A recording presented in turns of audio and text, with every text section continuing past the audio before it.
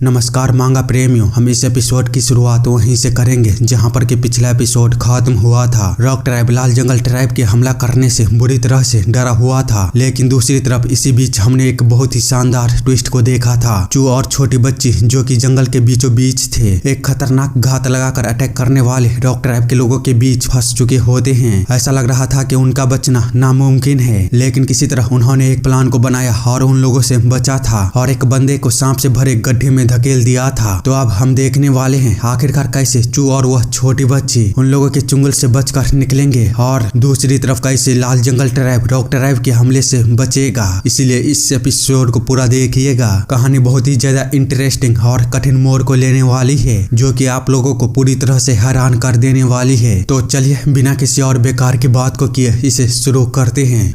आगे की स्टोरी वहीं से शुरू होती है जहां पर की खत्म हुई थी। चू ने उस रॉक ट्राइब के बंदे को धक्का मारकर सांप से भरे गड्ढे में धकेल दिया होता है, जबकि दूसरी तरफ देखते हैं दोनों ही ट्राइब लाल जंगल ट्राइब और रॉक ट्राइब आमने सामने होते हैं। वहीं लाल जंगल ट्राइब को लीड करने वाला एक बंदा सभी को मोटिवेट करते हुए बोल रहा होता है, हम लोग अब पीछे नहीं हट सकते, हम अपनी जमीन को खोने के बजाय मरना पसंद करेंगे, इसीलिए चिंता मत करो। हमारे पूर्वज जो इस हरे मैदानों में शांति से सो रहे हैं वे हमारी रक्षा करेंगे, इसीलिए हम जरूर जीतेंगे। तभी उसका ध्यान अपने पीछे जाता है जहां से कि तीन बंदा किसी तरह के डांस करता हुआ आगे बढ़ रहे होते हैं उन पर अटैक करने के लिए। साथ ही वे लोग बोल रहे होते हैं, तुम हरामियों चलो आगे बढ़ो और हमारे भाले के स्वाद को चखो। जिस पर कि लाल जंगल ट्राइब के बंदे कुछ भी नहीं बोलते हैं। तो उन्हें देखते हुए बाकी के रॉक ट्राइब के बंदे हंसते हुए बोलते हैं, जरा उनके डरे हुए चेहरे तो देखो। तो मास्टर आगे बढ़ते हुए कहता है, अरे यार तुम लोग इतना झिझक क्यों रहे हो, क्योंकि वे लोग बूढ़े हैं। ठीक है तो मैं आगे बढ़ता हूँ और उन बुढ़ों का ध्यान रखता हूँ, तुम लोग मेरे पीछे आओ। इतना बोलते हुए वो उन तीनों बंदों को वहीं पर मार देता है, जिसको कि देखता हुआ रॉक ट्राइब के बंदे बोलते हैं, अब चूंकि पुराने वॉरियर वह खत्म हो चुके हैं तो आगे बढ़ो और लाल जंगल ट्राइब को पूरी तरह से सफाया कर दो, एक भी सिंगल पर्सन नहीं बचना चाहिए। इसी के साथ लाल जंगल ट्राइब भी उन पर अटैक करने के लिए आगे बढ़ते हैं और दोनों ही ट्राइब एक दूसरे को बहुत ही ज्यादा बेरहमी से मारना शुरू कर देते हैं। सारे लोग और दोनों ही ट्राइब एक दूसरे को मारना शुरू कर देते हैं। हर एक पर्सन खून का प्यासा होता है। उस इसमें हम चू और छोटी बच्ची को देखते हैं, जो कि उस जगह पर आकर अपने सामने के नजारे को देखता हुआ पूरी तरह से थर्रा चुके होते हैं। और छोटी बच्ची बोलती है, आखिरकार युद्ध शुरू हो चुका है, यह पहली बार है जब मैं इसे देख रही हूँ, यह कितना डरावना है। जिस पर कि चू उसे दोबारा जंगल के अंदर ले जाते हुए बोलता है, जैसा कि हमें पता है पहले से ही कुछ लोग घात लगाकर अटैक करने के लिए बैठे हुए हैं। तो वह बच्ची बोलती है, हाँ तो इसका क्या। चू बताता है, हमें उन्हें रोकना होगा। बाद में चू उसे दोबारा उस सांप से भरे गड्ढे के पास ले जाकर बोलता है, क्या तुम अपना एप्रॉन उतार सकती हो। तो वह बच्ची बोलती है, आखिरकार तुम किस बारे में बात कर रहे हो। जिस पर कि चू उसे बताता है, हमारे पास अभी एक्सप्लेन करने का समय नहीं है। इसी के साथ वो अपने हाथों के चारों तरफ कपड़ों को बांधता है और अपने पैंट को खोलने लगता है, जिसको कि देखता हुआ वह छोटी बच्ची बोलती है, आखिरकार तुम कर क्या रहे हो। चू बताता है, मेरे साथ रहना तुम्हारे लिए खतरनाक हो सकता है, इसीलिए यहाँ पर छुप जाओ, चुप रहोगी तो सुरक्षित रहोगे, बाद में जब चीजें खत्म हो जाएगी तो मैं तुम्हें वापस लेने आऊंगा। तो वह छोटी बच्ची उस पेड़ के अंदर जाते हुए बोलती है, मुझसे वादा करो। जिस पर कि चू उससे कहता है, ठीक है मैं तुमसे वादा करता हूँ। आगे हम इन रॉक ट्राइब के बंदों को देखते हैं, जो कि आपस में बात करते हुए बोल रहे होते हैं, लड़ाई शुरू हो चुकी है पर हम तब तक छुपे रहेंगे जब तक कि हमें कोई सिग्नल नहीं मिल जाता। तभी उन लोगों को सिग्नल मिल जाता है और एक बंदा बोलता है, ठीक है चलो हमें सिग्नल मिल चुका है। लेकिन उसी समय कुछ बंदों का ध्यान अपने पीछे जाता है, जिसको कि देख वे लोग काफी ज्यादा हैरान होते हैं, क्योंकि चू उन लोगों की ओर ही भागता हुआ आ रहा होता है। साथ ही वह बोल रहा होता है, हरी मैदानों की तरफ से यह उपहार स्वीकार करो। इसी के साथ उसने जितने भी सांपों को उस गड्ढे से पकड़कर लाया होता है उन सभी पर छोड़ देता है। इस कारण से वे लोग खुद के ऊपर से उन सांपों को हटाते हुए बोलते हैं, भैंस की टांग ये है क्या ये सारे सांप जहरीले हैं। तभी एक सांप उन्हीं बंदों के बीच किसी को बाइट कर लेता है। तो वह बंदा चिल्लाते हुए कहता है, तुम हरामी कहीं के, मैं तुम्हें जिंदा नहीं छोड़ने वाला। इतना बोलकर वह जैसे ही आगे बढ़ने लगता है, उसी समय सांप का जहर उस पर असर दिखाना शुरू कर देता है और वह चिल्लाते हुए पैरालाइज होकर वहीं पर गिर जाता है, जिसको कि चू बहुत ही ज्यादा गंभीरता से देख रहा होता है। वहीं वे लोग चिल्लाते हुए बोल रहे होते हैं, उन्हें जल्दी मारो। इतना बोलते हुए वे सारे लोग सभी सांपों को मारना शुरू कर देते हैं, पर तब तक ऑलरेडी कई सारे लोग मारे जा चुके होते हैं, जिसको कि देखता हुआ एक बंदा चिल्लाते हुए चू की ओर जाने ही वाला होता है, लेकिन वह देखता है वहाँ पर तो चू है ही नहीं। तो वह बंदा उसे ढूंढने के लिए उसके पीछे जाने लगता है। तो एक बंदा उसे रोकते हुए बोलता है, हमें सिग्नल मिल चुका है, तो तुम कहाँ पर जा रहे हो? हम वैसे भी बस अब 3 ही बचे हैं, तो अभी के लिए उस बच्चे को छोड़ो। पर वह बंदा उसकी बातों पर ना ध्यान देते हुए आगे की ओर जाते हुए बोलता है, हम बस अब 3 ही लोग बचे हैं, तो हम उस बच्चे को नहीं छोड़ सकते, हमें उसे मारना ही होगा, वह जरूर यहीं कहीं पर छुपा होगा। इतना बोलते हुए वे लोग चू को ढूंढना शुरू कर देते हैं। वहीं चू बस उन लोगों का ही इंतजार कर रहा होता है और जैसे ही उसे मौका मिलता है तो वह तुरंत ही एक सांप को पीछे वाले बंदे पर फेंक देता है, जो कि तुरंत ही उसे बाइट कर लेता है। जिस पर कि एक बंदा बोलता है, क्या उसने तुम्हें काट लिया है? अरे वह बच्चा तो यहाँ पर है, जल्दी से उसका पीछा करो, मैं दूसरी तरफ से जाता हूँ। इसी के साथ वे लोग जैसे ही चू के पीछे आगे बढ़ते हैं तो चू दोबारा उन लोगों की नजरों से गायब हो चुका था। तो वे बंदे बोलते हैं, तुम हरामखोर कहेंगे, आखिरकार तुम छुपे कहाँ पर हो? जबकि चू उन लोगों के ऊपर पेड़ पर छुपा होता है और वहीं से एक सांप को फेंकते हुए उस बंदे को भी वहीं पर मार देता है और उसे देख ही रहा होता है। तभी उसकी नजर अपने बगल में जाता है, जहाँ से कि एक शॉट काफी ही तेजी से उसकी ओर आया होता है, जिससे कि वह बाल बाल बचा था। लेकिन इस चक्कर में वह पेड़ से नीचे गिर जाता है। तो आखिरी का बचा बंदा उसकी ओर जाते हुए बोलता है, तुम कीड़े कहेंगे, मैंने तुम्हें पकड़ लिया, अब मरने के लिए तैयार हो जाओ। वहीं चू जमीन पर बुरी तरह गिरने के बाद अपने बाकी के बचे हुए सांपों को पकड़कर वहां से भागने लगता है। तो वह बंदा बोलता है, आज चाहे तुम जितना भी स्ट्रगल कर लो, तुम्हारा मरना तय है। इतना बोलते हुए वह उसके पीछे जाने लगता है। तो चू उसे रोकने के लिए अपने पास से एक सांप को निकाल कर उस पर फेंकता है। तो वह बंदा बड़ी ही आसानी से उस सांप को वहीं पर मार देता है और अब चू के पास फेंकने के लिए और कोई भी सांप नहीं था। जबकि वह बंदा उसके पास आकर बोलता है, तुम हरामखोर कहेंगे, तुम्हें पता भी है मैं कितना शर्मिंदा हूँ, कैसे मैं अपने ट्राइब को बताऊंगा कि हमारे सभी वॉरियरों को एक बेकार से बच्चे ने मार दिया है, इसीलिए अब तुम बाहर में जाओ, मैं तुम्हारे सर को काट दूंगा और जीवन भर तुम्हारी खोपड़ी को अपने सर पर पहनूंगा। इतना बोलकर वह उसे मारने ही वाला होता है। तभी चू अपने पास में गिरे हुए एक स्वॉर्ड को उठाता है और उसके हाथों को वहीं पर 2 हिस्सों में अलग कर देता है, जिसको कि देखता हुआ वह बंदा कुछ सोच पाता। तभी चू चिल्लाते हुए अपने स्वॉर्ड को लेकर आगे बढ़ता है और उस बंदे के आर पार कर देता है। इस कारण से वह बंदा वहीं पर मारा जाता है। दूसरी तरफ हम युद्ध के मैदान को देखते हैं, जहाँ पर कि मास्टर रॉक ट्रैप के बंदों को मार रहा होता है और अपने मरे हुए साथियों की ओर देखता हुआ सोच रहा होता है, उनकी सेना लाल जंगल ट्रैप से बहुत ही ज्यादा बेहतर है। इस समय पर लाल जंगल ट्रैप वह बहुत ही ज्यादा सफर कर रहा है। अगर ऐसा ही चलता रहा तो लाल जंगल ट्रैप का जल्द ही सफाया कर दिया जाएगा। अब हमारे पास बस एक ही तरीका बचा है। इतना बोलते हुए वह दूर पर खड़ा रॉक ट्रैप के कुछ बंदों की ओर देखता है, जहाँ पर कि एक बंदा बोल रहा होता है, आखिरकार जंगल में छुपे हुए टीम का क्या हुआ? तभी दूसरा बंदा ढोल को बजा रहे बंदों को रुकने के लिए इशारा करता है। बाद में वो बोलता है, उनका अभी तक कोई भी रिएक्शन नहीं आया है, तो लगातार सिग्नल भेजने का कोई भी मतलब नहीं है, बस जाकर वहाँ पर देखो कि वे लोग कर क्या रहे हैं। जो सुन एक बंदा वहाँ से जाते हुए बोलता है, ठीक है, मैं अभी चेक करके आता हूँ। दूसरी तरफ मास्टर सोच रहा होता है, यह वही है मोजिन, रॉक ट्राइब का चीफ। अब इस समस्या से निपटने का बस एक ही तरीका है कि उसे मार डालो। ये सब सोचने के बाद वह तुरंत ही अपने सामने वाले ओपोनेंट को खत्म करता है और तुरंत ही उस युद्ध के बीच से बाहर निकलते हुए उस बंदे की ओर भागता है, जिसको कि देखता हुआ चीफ बोलता है, वह बहुत हिम्मत वाला लगता है। तो ढोल को बजा रहा बंदा सामने आते हुए बोलता है, आप चिंता मत कीजिए, मैं उसका ख्याल रख लूंगा। इसी के साथ वह मास्टर को मारने के लिए उसकी ओर भागता है और एक काफी खतरनाक अटैक उस पर करता है, लेकिन मास्टर उसे बड़े ही आसानी से रोक दिया होता है और तुरंत ही पीछे मुड़ते हुए उस बंदे को वहीं पर मार देता है। बाद में वह दोबारा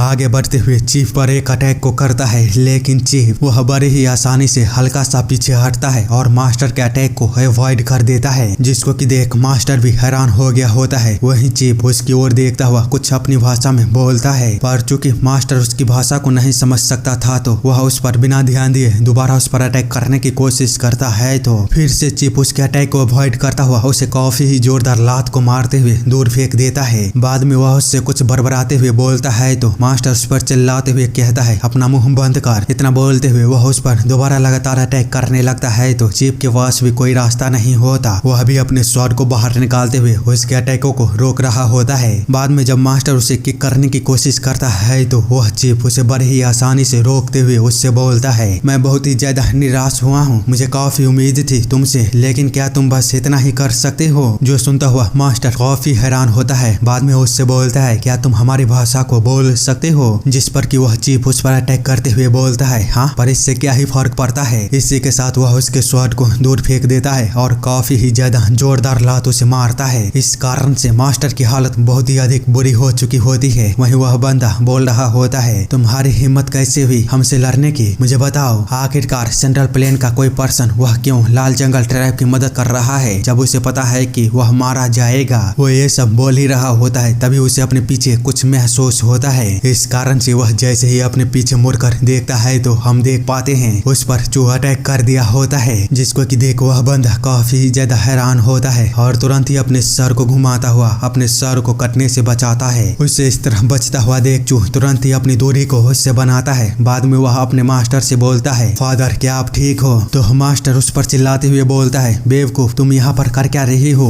वहीं चूहे अटैक के बाद चीफ के साथियों को उसकी चिंता होने लगती है तो वह बताता है मैं ठीक हूँ। साथ ही वह सोच रहा होता है आखिरकार वो मेरे इतने करीब कैसे आ गया मुझे बिना पता चले। तभी चूहा मास्टर से बोलता है फादर क्या वो कोई एक्सपर्ट है? अगर हम उसके साथ एक साथ मिलकर लड़ते हैं तो क्या हमारे पास कोई चांस होगा? तो मास्टर बोलता है नहीं कोई भी चांस नहीं है। जिस पर कि चूहा चीफ की ओर देखते हुए कहता है तुम बहुत ही ज्यादा लकी थे। तो वह बंदा बोलता है तुम्हारा क्या बोलने का मतलब है? जो सुन चूहा अपने स्वॉर्ड को नीचे फेंकते हुए बोलता है मैं हार मानता हूँ। अब चूंकि मैंने अपने आखिरी मौके को खो दिया है तो आगे लड़ाई करना बस एनर्जी की बर्बादी होगी। प्लीज हम पर दया करो और कम से कम दर्द के साथ हमें मार डालो। जिस पर कि चीफ बोलता है हाँ ठीक है लेकिन तुमने पहले क्या बोला था मैं लकी था, इसका क्या मतलब है? तो चूहा उसे बताता है मेरे फादर असली मार्शल आर्ट को सिखाने के लिए एग्री हो गए थे पर अचानक ही यह युद्ध आ गया। जिस पर कि वह बंदा बोलता है तो फिर तुम मुझे यह क्यों बता रहे हो? चूहा बताता है अगर तुम 2 साल बाद आते तो पक्का मारे जाते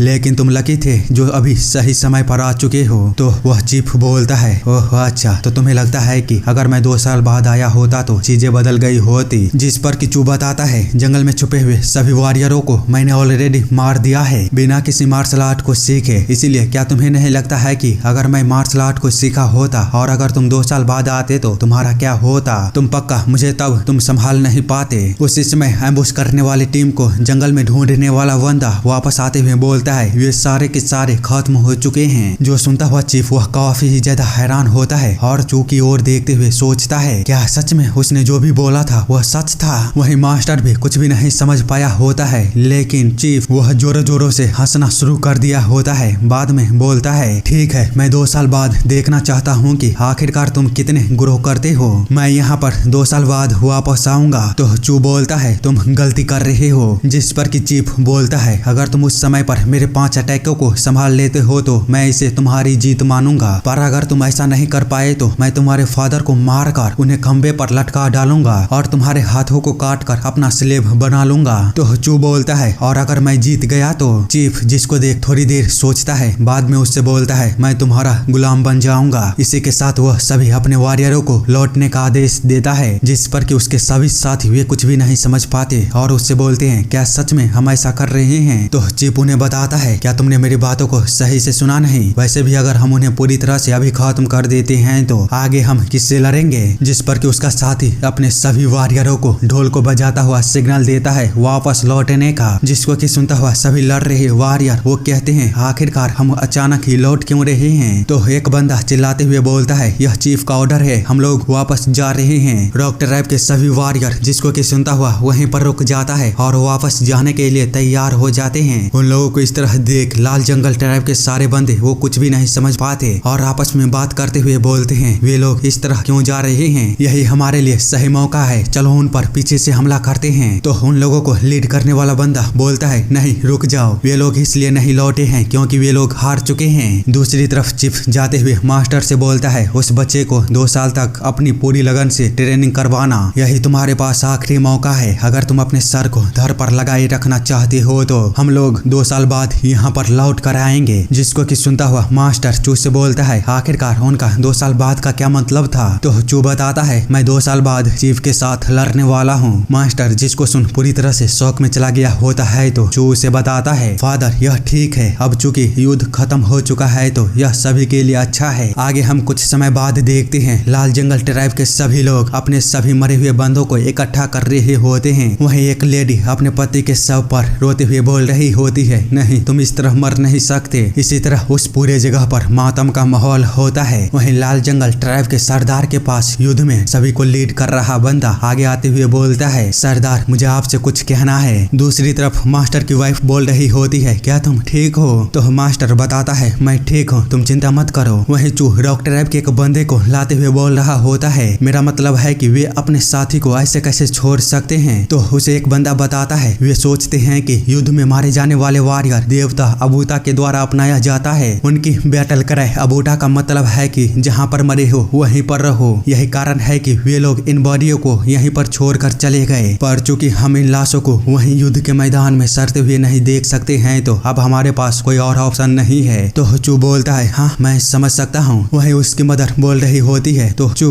इसीलिए मैं उसे तब से नहीं देख पा रही थी। तो मास्टर बोलता है, हाँ उसने मुझे फिर से बचा लिया। जिस पर कि उसकी वाइफ बोलती है, क्या सच में? उसी समय चू के पास सरदार आकर बोलती है, तो तुमने युद्ध को रोका है, इसके लिए तुम्हारा बहुत बहुत शुक्रिया, तुमने हमारी ट्राइब को बचा लिया। तो चू बोलता है, नहीं ऐसा नहीं है, मैंने बस 2 साल को मांगा है। जिस पर कि सरदार बोलती है, कोई भी चीज अनंत काल के लिए नहीं होता है, इन 2 सालों में हम और भी ज्यादा मेहनत करेंगे और खुद को और भी अधिक स्ट्रांग बनाएंगे। हम हमेशा के लिए उन्हें अपने साथ ऐसा नहीं करने दे सकते। इतने में ही चू को कुछ याद आता है तो वह वहाँ से तुरंत ही जाते हुए बोलता है, हाँ ठीक है सरदार, फिलहाल के लिए मुझे कुछ याद आया है तो प्लीज आप मुझे माफ करिएगा, मैं अभी तुरंत आता हूँ। इसी के साथ वह जंगल के अंदर वापस चिल्लाते हुए जाता है और उस पेड़ के पास पहुंचकर उस छोटी बच्ची को बाहर निकालते हुए बोलता है, क्या तुम ठीक हो? लगता है मैंने काफी देर कर दी, प्लीज मुझे इतनी देर से आने के लिए माफ कर दो। जो सुनता हुआ वह छोटी बच्ची रोना शुरू कर देती है और तुरंत ही उसे गले से लगा लेती है। पर इसी के साथ सीन चेंज होता है और हम काफी समय बाद देखते हैं मास्टर चू को ट्रेनिंग करवा रहा होता है और उसे टेक्निकों के बारे में कैसे इसे इस्तेमाल करना है बता रहा होता है। इस कारण से चू बोलता है, फादर अब आप असली मास्टर की तरह लग रहे हो। तो मास्टर उस पर चिल्लाते हुए बोलता है, बकवास करना बंद करो और अपनी ट्रेनिंग पर ध्यान दो। क्या तुम भूल गए हो कि मैं तुम्हारे फादर बनने से पहले तुम्हारा मास्टर था? तो चू घबराते हुए कहता है, हाँ हाँ मैं समझ गया। दूसरी तरफ पंचिंग किंग उसे चुपचाप ट्रेनिंग करता हुआ देख रहा होता है। तो मास्टर बोलता है, मुझे लगता है कि वह तुम्हें कुछ बताना चाहता है। जिस पर कि चू उसके पास जाकर बोलता है, आखिरकार तुम यहाँ पर कर क्या रहे हो? तो पंचिंग किंग उसे बताता है, सच कहूँ तो मैं तुम्हें पसंद नहीं करता क्योंकि तुमने हमारे पूर्वजों की कब्रों को तबाह कर दिया और हमारे सरदार को मार दिया। लेकिन चूंकि तुम जल्द ही एक लड़ाई को लड़ने वाले हो तो मैंने सोचा कि मैं तुम्हें किसी तरह मदद कर सकूं। अगर तुम्हारे लिए यह ठीक रहेगा तो मैं तुम्हें सिखाना चाहता हूँ कि पंच के साथ कैसे लड़ना है। जिस पर कि चू मास्टर से बोलता है, फादर वो मुझे सिखाना चाहता है। तो मास्टर बोलता है, लाल जंगल ट्राइब की टेक्निक वह बहुत ही ज्यादा एक्सीलेंट है, अगर तुम उन्हें सीखते हो तो तुम्हारी बहुत ही बड़ी मदद होगी। चू जिसको कि सुन बोलता है, दिन में 2 घंटे क्या यह ठीक रहेगा? तो पंचिंग किंग बताता है, हाँ बिल्कुल यह ठीक रहेगा। इसी तरह वह लगातार दिन ब दिन 2 घंटे पंचिंग किंग के साथ ट्रेनिंग करता और बाकी के समय अपने फादर के साथ ट्रेनिंग करता है और कई सारे असासिनों के टेक्निकों के बारे में जानता है। वहीं एक दिन जब वह अकेले ट्रेनिंग कर रहा होता है तो एक पत्थर आकर उसे सीधे हिट करता है, जिसको कि वह बड़ी ही आसानी के साथ रोक दिया होता है। बाद में उससे बोलता है, आखिरकार तुम हो कौन? तो रॉक ट्राइब का वह बंदा बोलता है, मुझे माफ करना, मैं बस उस बच्चे को टेस्ट कर रहा था जिसने कि हमारे चीफ को चैलेंज किया है। चू जिस पर कि बोलता है, भैंस की टांग, क्या तुम्हें नहीं लगता है कि लाल जंगल ट्राइब के इलाके में तुम इतनी फ्रीली घूम रहे हो? तो वह बंदा बोलता है, ज्यादा अहंकारी मत बनो बच्चे, तुम लोग लकी थे जो हम लोग उस युद्ध में वापस लौट गए और हमेशा के लिए आभारी रहो कि हमारा चीफ वह दयालु है, अगर उसकी जगह पर मैं होता तो तुम अभी तक मर चुके होते। जिस पर कि चू बोलता है, तो फिर तुम अभी क्यों नहीं ट्राई करते मुझे मारने की? मैं तुम्हें भी चैलेंज कर रहा हूँ। तो वह बंदा उसकी ओर थोड़ी देर देखता है, बाद में अपने मुंह को फेरते हुए बोलता है, अब मुझे समझ आ रहा है वे एक छोटे से बच्चे को लेकर इतना फैसिनेट क्यों थे। पर खैर मेरे पास चीफ का एक मैसेज है तुम्हारे लिए, तुम हमारी भूमि पर खुलेआम घूम सकते हो।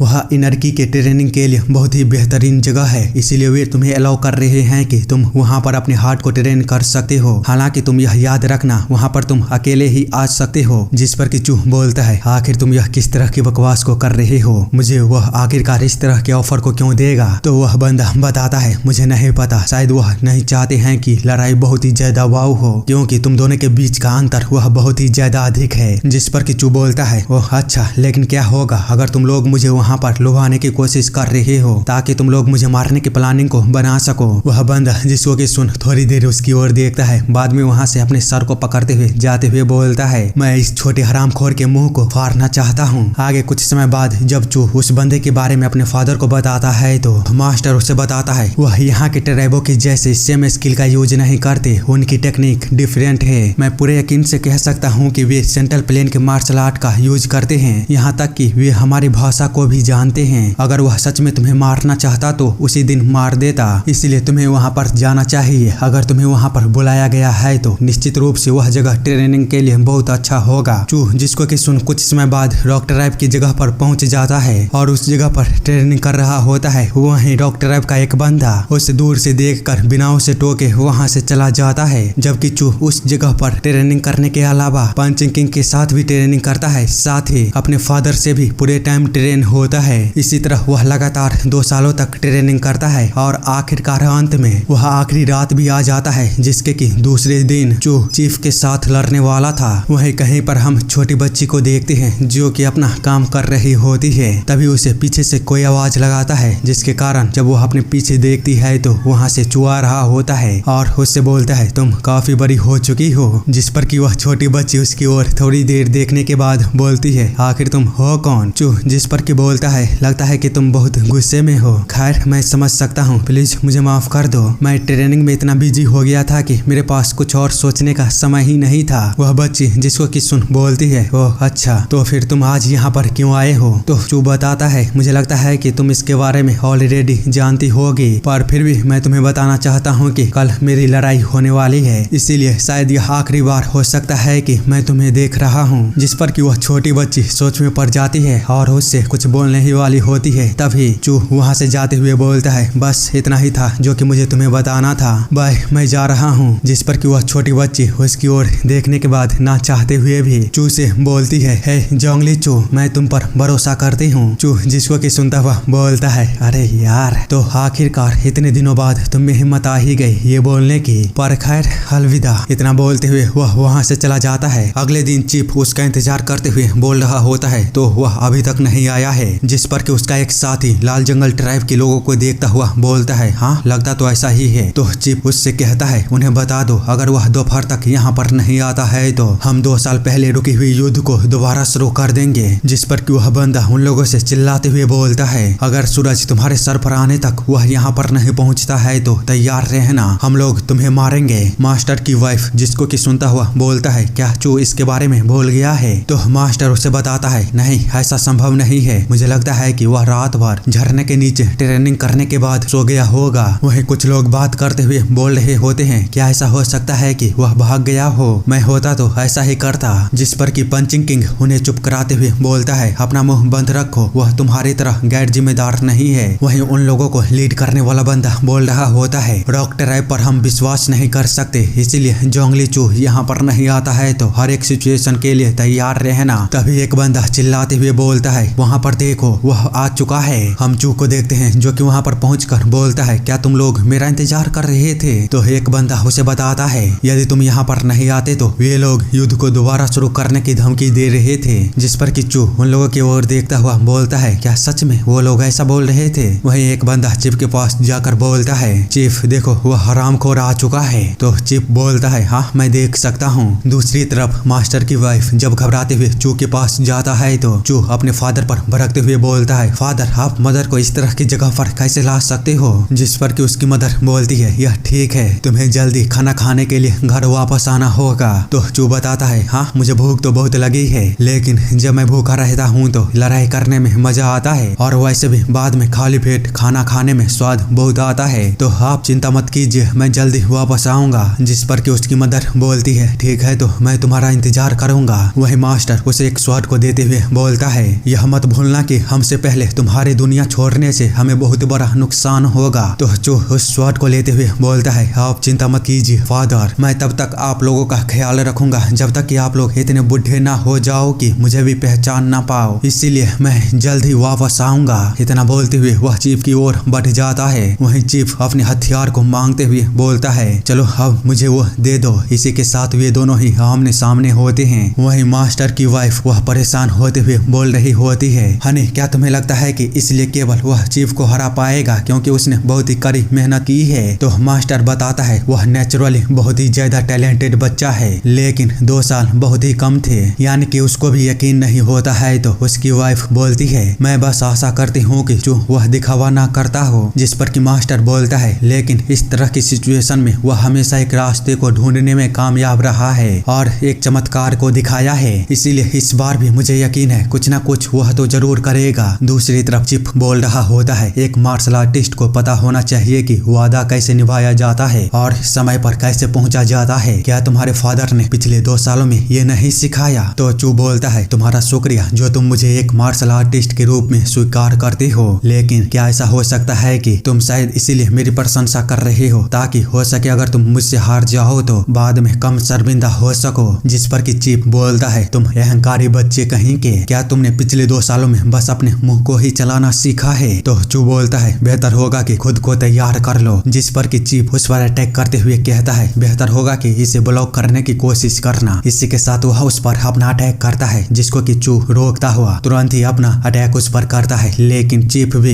इससे बड़ी आसानी के साथ बच गया होता है। तो चू उस पर दोबारा अटैक करता है पर चीफ इससे भी बचकर उस पर अपना अटैक करता है जिसको कि चू बड़ी ही मुश्किल से रोका होता है, लेकिन तभी चीफ उसे एक जोरदार लात देते हुए पीछे की ओर धकेल देता है। बाद में वह दोबारा उस पर अटैक करने के लिए तैयार होते हुए बोलता है यह देखते हुए कि बस 2 साल के ट्रेनिंग के साथ ही तुम मेरे इतने जोरदार किक के बाद भी इस तरह खड़े हो तो सच में यह कमाल है, इसलिए चलो अब मेरे इस अटैक को संभालो। जिससे कि चू किसी तरह बचा होता है और तुरंत ही उसके पीछे जाकर उस पर जब अटैक करने की कोशिश करता है तो चीफ बड़ी ही आसानी के साथ उसे डॉज कर लेता है और उसके पीछे पहुंचकर एक खतरनाक लात को मारते हुए उसके गले में अपने हथियार को फंसाते हुए उसे पूरी तरह से जकड़ लेता है। जिसको कि देखता हुआ ये लोग काफी ज्यादा घबरा चुके होते हैं, पर उनकी इसी घबराहट के साथ यह एपिसोड ही यहीं पर खत्म हो जाती है। बाकी जाने से पहले इस पिक्चर को देखो और मुझे बताओ यह है कौन, और अगर याद आ जाए तो इसके लीजेंडरी डायलॉग को भी बता देना। क्या था? कितने लोग? मैं कब बंद करे?